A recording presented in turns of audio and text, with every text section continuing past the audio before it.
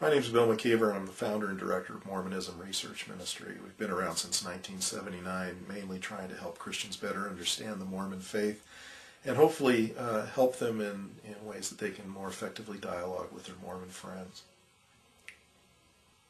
Unfortunately, a lot of Mormons, I don't think, really understand all the things that went on that led to Joseph Smith's death. All they see is a lot of what they perceive as just unjust persecution, the fact that he was jailed several times.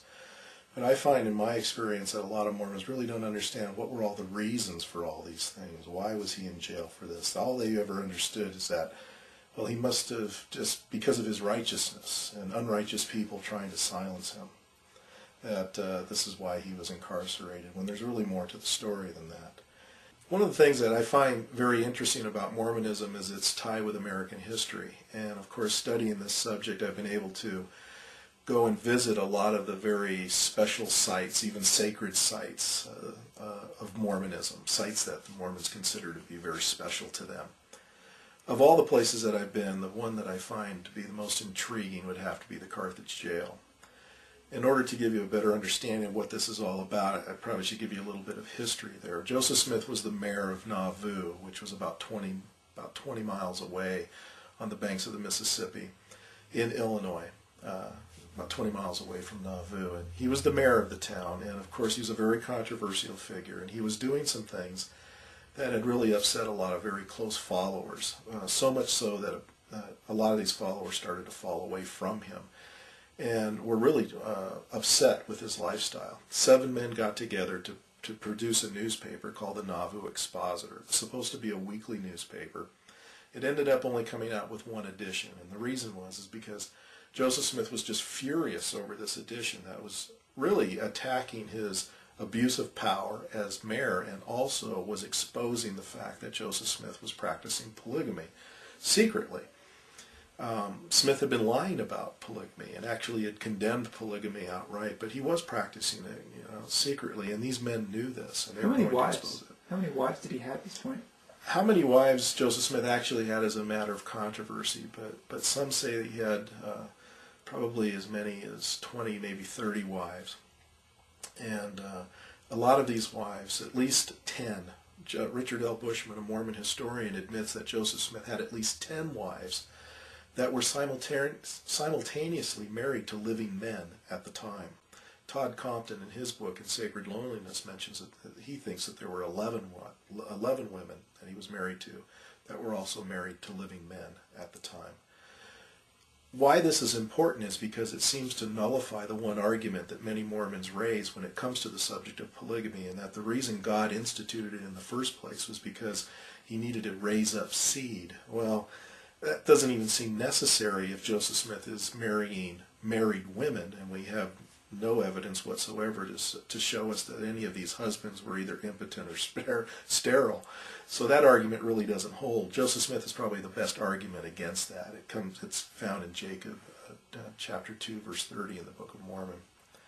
And plus, we really don't have any proof that Joseph Smith had children from any of these relationships. There's speculation, but there's really no concrete evidence. How young were some of these women? Some of these women were actually in their teens. Joseph Smith at this time, you have to understand, was in his 30s. Well, Joseph Smith, because of this behavior, as I mentioned, it caused quite a few of enemies, and so they tried to expose this through this newspaper. Joseph Smith was outraged by the things that they were saying, and he ordered the printing press destroyed, which it was. And in order to protect himself and his church from the outcry from the locals, he calls the Nauvoo Legion, which was a standing army. Some estimate that there could have been as many as 5,000 men in this army. But he calls his Nauvoo Legion into effect and declares martial law. Well, Joseph Smith is eventually ordered by the governor to meet in Carthage and to get this matter straightened out. Governor Thomas Ford was involved at the time.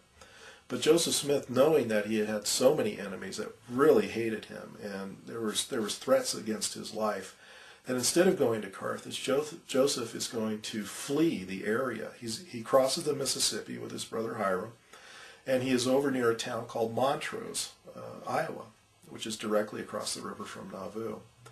members in the church talk Emma, his wife, into writing a letter to encourage Joseph Smith to return. And in the letter, it purportedly has a comment in there that refers to Joseph Smith as being a coward for leaving his church behind.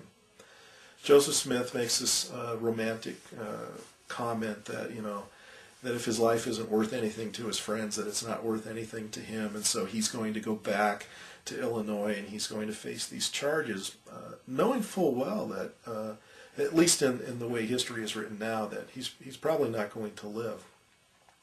Before he leaves Nauvoo, he makes the comment that he is going as a lamb led to the slaughter, this messianic connection that I have often heard going to Carthage jail and going through various tours. You hear this messianic connection made many times regarding Joseph Smith. In fact, you hear comments such as the Carthage jail is like the Mormon Calvary, where Jesus shed his blood for the Christian church on Mount Calvary. Joseph Smith shed his blood for the Mormon church in Carthage. Joseph Smith ends up going to Carthage, Illinois, and he is going to stay at a hotel. He's eventually confronted by a constable by the name of Bettesworth. And he learns through this constable that now the charge, instead of being riot, as it was originally, is now treason, apparently connected with him declaring martial law. So now the charges have become very serious. So Smith is incarcerated at the Carthage jail, and it was at the Carthage jail that he is waiting for this to all be settled. And during that time, he's allowed to visit with friends, and he is in the jail cell. At the end, he's in the jail cell with his brother Hiram, another gentleman by the name of John Taylor, who would later become the third president of the Mormon Church, and also a man by the name of Willard Richards. While they are waiting in the jail, he is visited by a man by the name of Cyrus Wheelock. Now, there's an interesting story about all this. Joseph Smith received this smuggled pistol from Cyrus Wheelock. If you were to ever take the tour at Carthage jail, they never mention the smuggled pistol. I've been there several times. Never do the tour guides volunteer the information regarding the smuggled pistols that Joseph Smith and his brother had. But it all goes back to this man by the name of Cyrus Wheelock. Well, one of the times when I was going through the tour guide again left that part of the story out. So when he opened up for questions and answers, I raised my hand and I asked about the smuggled pistol. And I actually quoted from the documentary History of the Church, Volume 7, where it talks about this, page 101 to 103. And when I mentioned that book to the tour guide, he said, well, you have to be careful about the books that you read, because there's a lot of erroneous material out there. And I went, but wait a minute, the documentary History of the Church, that's your book. That's put out by the Mormon Church. This is where I'm getting that story. And he goes, oh, the documentary History of the Church. He said, yeah, that's a good book. That's a good book. And he said, well, I'll tell you about the smuggled pistol. And he starts to tell me this elaborate story of how Cyrus Wheelock actually went up to the guard who was guarding the entrance to the jail and opened up his coat and said, I have a gun here, and I've come here to kill Joseph Smith. And the guard lets him in. Now, I've never heard this story before. I don't know where this guy's getting this story. And this is the first time I'm hearing it, and this is just intriguing to me, and I'm thinking about this. If we were to transport ourselves back into that time period and imagine here we are in 1844, it's June 1844, and a man comes up to a guard and says, I have a gun and I'm going to go inside and I'm going to kill the prisoner that you're supposed to be guarding, and you let him in. Okay, that sounds pretty strange to begin with, but then the guy went on to tell us, the tour guide went on to say that eventually the guard was relieved and a new guard came on duty. Now think about this. You just let a guy go into a jail with a gun to assassinate your prisoner, and he hasn't come out yet. Okay? And you haven't heard a gun go off. So you leave your post and allow someone new to come and take your place, and you don't look into this? I mean, the story is just so far-fetched. But this man firmly believed that this is what happened. Basically, Cyrus Wheelock leaves the gun with Smith, and there's another derringer that's involved that is given to Hiram, Joseph Smith's brother. And as they were there in the jail, they were waiting, for this thing to all be settled. And there's another section in Joseph Smith's story where he talks about how they were, had a very heavy spirit. I mean, it was probably a very depressing time for them because they know the situation does not look very good for them. And so they order some wine to be brought to the jail. And Smith admits that this wine was not for sacrament purposes, but that it was to relieve their spirits, and so it was actually meant to, I guess, to be somewhat intoxicating, to make them feel better, which is kind of odd because Mormons aren't supposed to drink alcoholic beverages, but yet it seems perfectly okay for Joseph Smith to do that. Eventually, the jail is approached by a mob. How many are in the mob, we really don't know. Again, the numbers fluctuate. Some say as many as 200 people, were involved in this mob. And a group of men go up the stairs towards the upstairs room where Joseph Smith was being held, and they're rushing the door. Now, you have to understand the jail cell that Joseph Smith was in did not have bars on it. It had merely a door, and the door didn't even latch. It was warped, and the lock didn't really even work. So I remember the first time that I went to the Carthage jail was back in the 1980s, and we had a tour guide by the name of Elder Salt from Salt Lake City. I mean, it's hard to forget that name. And I remember Elder Salt telling us the story of how the only defense that Joseph Smith and the others that were in the jail cell with him had was by holding themselves against the door and fighting off their attackers with their walking sticks. And he repeats this, 3 times. The only defense they had was by holding themselves against the door and fighting off their attackers with their walking sticks. And after telling this very emotional story, and we were the only non-Mormons there, and the rest of the people in there were all a group from BYU. That it was a busload of BYU students that had just been dropped off. And so while he tells this story and he bears his testimony to the truthfulness of it, and of course there's this resounding amen, and then he says, "Are there any questions?" So I raise my hand, and I says, "You'd mentioned 3 times that the only defense that Joseph Smith and the others had was by holding themselves against the door and fighting off their attackers with their walking sticks." I said, "But I remember reading in Volume 7, page 101 to 103 of the Documentary History of the Church that Joseph Smith had a smuggled pistol, and that he used that pistol to shoot 3 people, 2 of whom died." And it was interesting because you could hear, it was like the proverbial tabernacle tour. You could hear a pin drop. It was dead silence. And I'll never forget, Elder Salt, the tour guide, put his arms behind his back. He rocked on his heels, looking at the floor, and he said, "Yes, there was a gun." And he proceeded to also mention the Derringer that Hiram had that I did not bring up. It made me wonder, this man gave this emphatic story that the only defense Joseph Smith had and the others in the jail was by holding themselves against the door, fighting off their attackers with their walking sticks. Yet all the time, this man knew he had a smuggled pistol. He didn't deny the fact that Joseph Smith fired the pistol, but he did say, "We don't know where the bullets went." To which I said, "Well, John Taylor seemed to know. He said that he shot 3 people, 2 of whom died. Obviously, we know at least 3 of the bullets went into somebody."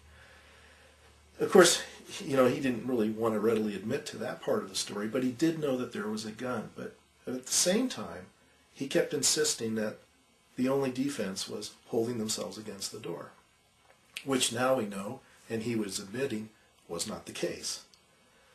That I found very disconcerting. Every time I go and I visit the Carthage jail, like I say, I've never heard them bring up the gun. One time I asked one of our tour guides, "Wasn't there a smuggled pistol?" She said, "Well, it wasn't smuggled, it was brought in." What does that mean? Was it legal at that time to bring guns in to prisoners? I mean, come on, this is silly. What kind of an answer is that? But they will not tell you anything about this. The last time I went to Carthage, we had a sister missionary, and she also failed to mention the gun. I had a long discussion with her afterwards, and she knew all about it. She knew all about the gun. She probably had done more homework on the story than I've seen many tour guides at Carthage jail. But yet, she wasn't about to divulge that part of the story, mainly because it didn't make Joseph Smith look very heroic, I guess. The fact is, Smith did have a gun. According to John Taylor, he shot 3 people, 2 of whom died. John Taylor never changed his story. He stuck with that story, as far as I know, till the day he died. You'll still find it written in various accounts. The Comprehensive History of the Church, I think, also mentions this account, as well as the Documentary History of the Church. After Joseph Smith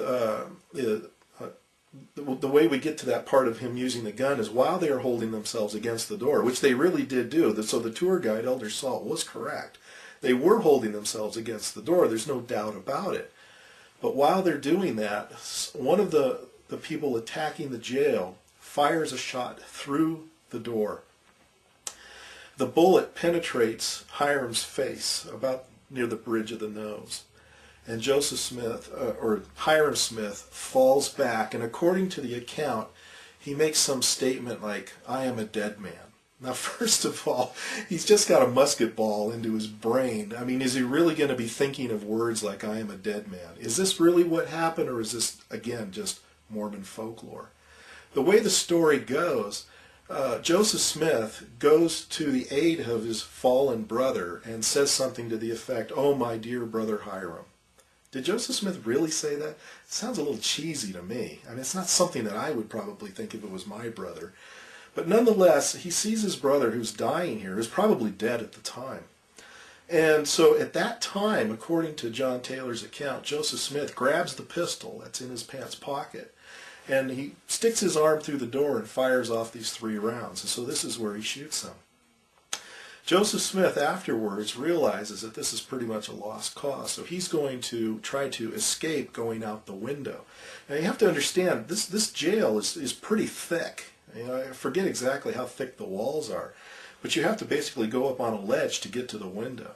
And when he goes to the window, there's a mob. Part of the mob is waiting outside for him, and they're firing through the glass. And Smith is hit by the bullets. I think he was hit 4 times. Once in the chest, a couple times in the back, and I can't remember where the other bullet went. But nonetheless, he's fired upon by the mob outside, and he falls out the window, and he dies. What's interesting about all this is when I was at the Carthage jail the first time, back in the 1980s, I knew that there was a blood stain that was on the floor. And I knew also that there used to be a glass frame that covered the blood stain. I knew this for a fact because I'd actually seen pictures of it, and we have a picture of it on our website. I learned this through some friends of ours, of my wife and I, who had gone to the Carthage jail back in the 60s when this frame was still in place. And they were told at the time that it was covering the blood of Joseph Smith. Okay. Now, anybody who knows the history of this story would know that that could not have been the blood of Joseph Smith. The blood happened to be around 6 or 7 feet away from the door, about the length of a man. So when you think about it, that was probably the blood of Hiram. That was in the wood and wouldn't come out. The blood soaked into I think the floor was made of an oak, and so it stained the floor. When I went and asked about the blood stain, of course there was no frame on the ground to even know where it was, but Elder Salt knew about it, and he pointed it out to me. It happened to be in between 2 benches, so you would have walked right on top of it without even knowing it was there. And he pointed it out to me and told me that that was the sacred blood of Hiram. That would make more sense, that would be Hiram's blood, because if he was shot near the door and he fell back, that's probably about where his head would have been. Joseph Smith, it could not have been his blood because he was shot over by the window. There's no way that much blood would get over, so many feet away. It was impossible. It wouldn't have happened. But that was the story that I was given.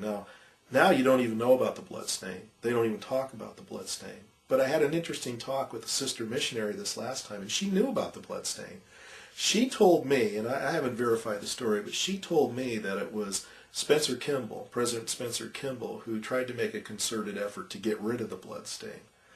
But it's still there. You can still faintly see the outline of the blood stain in the ground, in the floor, but they just don't talk about it.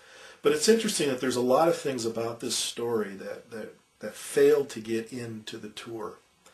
And I think one of the reasons is because it would show Joseph Smith as being a man just like the rest of us, reacting in a very normal way, a defensive way, hardly acting in the way that we would probably think of first century martyrs who willingly went to their deaths, not volunteering. You didn't volunteer to be a martyr in the early church. But when you were going to be martyred, you went realizing that you were going to die for the cause of Christ. And we don't see that with Joseph Smith. We see him instead going out in a gun battle We see him trying very hard to escape his assassins. And I guess technically, the Mormons might try to say, well, yes, he still basically died for his cause because he wouldn't have been there had it not been for all the things that he stood for. Okay, perhaps. But I think when they use the word martyr so flippantly, I think they actually detract, at least in my mind, from the ancient Christians, for instance, who in my mind went willingly for their faith in Christ. I don't see that with Joseph Smith. I don't see him going willingly like the first century Christians. The romanticizing of Joseph Smith's death is really illustrated, I think, with this film, Joseph Smith, Prophet of the Restoration, that is currently being shown downtown in the Joseph Smith Memorial Building.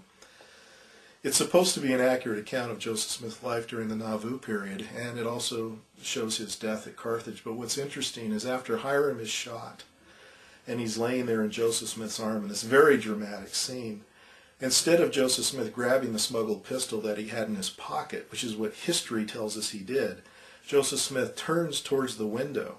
And as you see bullets flying through the glass of this window, you see the camera angle going towards the window, and it's supposed to be through the eyes of Joseph Smith, goes up towards the window, and as it crashes through the window, instead of falling to the ground, the camera angle goes up in the air as if in an ascension.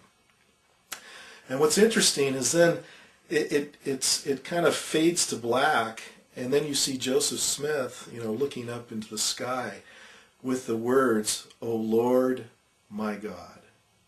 Now this is misleading. It's not that Joseph Smith didn't say that, because he most certainly did, but he certainly didn't say it the way the film portrays.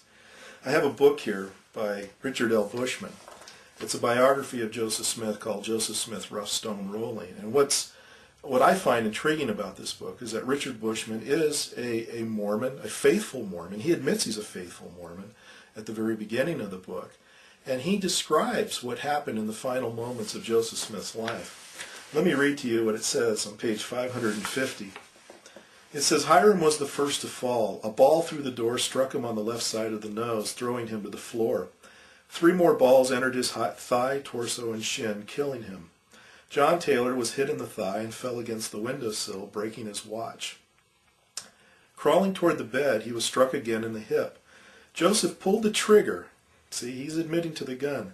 Joseph pulled the trigger 6 times into the hail, dropped the pistol on the floor, and sprang to the window. With one leg over the sill, he raised his arms in the Masonic sign of distress. A ball from the doorway struck his hip, and a shot from the outside entered his chest. Another hit under the heart, and a fourth his collarbone. He fell outward, crying, "O Lord, my God." Hardly the calm method that it's portrayed in the film. Landing on his left side, he struggled to sit up against the curb of a well and died within seconds. Richards raised his head above the sill far enough to see that Joseph was dead, and then turned to help John Taylor. Taylor's watch had stopped at 16 minutes past 5. What's so significant about this phrase, "O Lord my God," is that there are Mormon historians who admit that what Joseph Smith was trying to do was give the Masonic signal of distress. And, it's clearly, this is a phrase. There's a phrase in Masonry that when you're in trouble, that you say something to the effect, "O Lord my God, is there no help for the widow's son?" And that Smith was trying to give this signal of distress, but was shot before he was able to give all of it. Basically, "Is there no help for the widow's son" refers to Hiram Abiff, who is a familiar figure in Masonry. And Joseph Smith was a Mason. He became a Mason in 1842, and not long after becoming a Mason, he incorporates the Mormon endowment ceremony. So he was familiar with this. But what's interesting is voice inflection is very important. Context is very important. I have a real hard time believing that Joseph Smith just calmly said, "O Lord, my God." I don't think the situation called for such a calm response. I think he was probably screaming at the top of his lungs, hoping that somebody would come to his rescue, and unfortunately for him, they didn't. I think the fact that the Mormon Church has to leave out so much important information about Joseph Smith tells us not only a lot about him, but it tells us a lot about the church itself. Do you really want to place your trust in a man whose character has to be doctored, who has to be airbrushed, if you will? Do you really want to place your trust in a church that has to do that, that feels compelled to do that? Trust is a big thing. As a Christian, I have no problem trusting completely in the work and the promises of Jesus Christ. But I'll tell you, when it comes to Joseph Smith, I can't have that same kind of trust. This man is not deserving of my trust. If Joseph Smith lived today the way he lived back then, I don't think even many Mormons would want to place their trust in him.